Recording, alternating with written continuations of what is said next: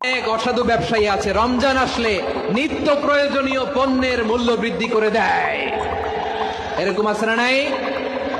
এগুলো করবেন না, মজুতদারি করবেন না, পণ্যের কৃত্রিম সংকট বাজারে করবেন না। আপনি লাখ টাকা কামায়া ভাবছেন যে রোজাদারদের কষ্ট দিয়ে ধনী হবেন, এমন রোগ আল্লাহ আপনারে দিবে, কোটি টাকা দিয়েও আপনি হাসপাতালের বিল পরিশোধ করার ক্ষমতা আপনার হবে না। খবরদার। আর শেষ বয়সে দেখবেন কি কষ্ট আপনার হয়। আপনি রোজাদারদের কষ্ট দিচ্ছেন, আল্লাহ আপনার সুখে রাখবে? আল্লাহর দোহাই লাগে আমার ব্যবসায়ী ভাইরা এটা করবেন না। আরব বিশ্বে আমরা দেখেছি, আরব বিশ্বের ব্যবসায়ীরা সারা বছরে ব্যবসা করে, রমজানে ভর্তুকি দেয়। আর আমার দেশের কিছু অসাধু ব্যবসায়ী রমজানে গলাকাটা ব্যবসা করে আর সারা বছর সইটার উপর দিয়ে চলে। চিল্লায় বলেন ঠিক কিনা? করবেন না, এটা করবেন না। নিত্য প্রয়োজনীয় পণ্যের মূল্য বৃদ্ধি করা হারাম, পণ্যের কৃত্রিম সংকট তৈরি করা হারাম, মজুতদারি করা হারাম, রোজাদারদেরকে কষ্ট দেয়া হারাম, এটা করবেন না।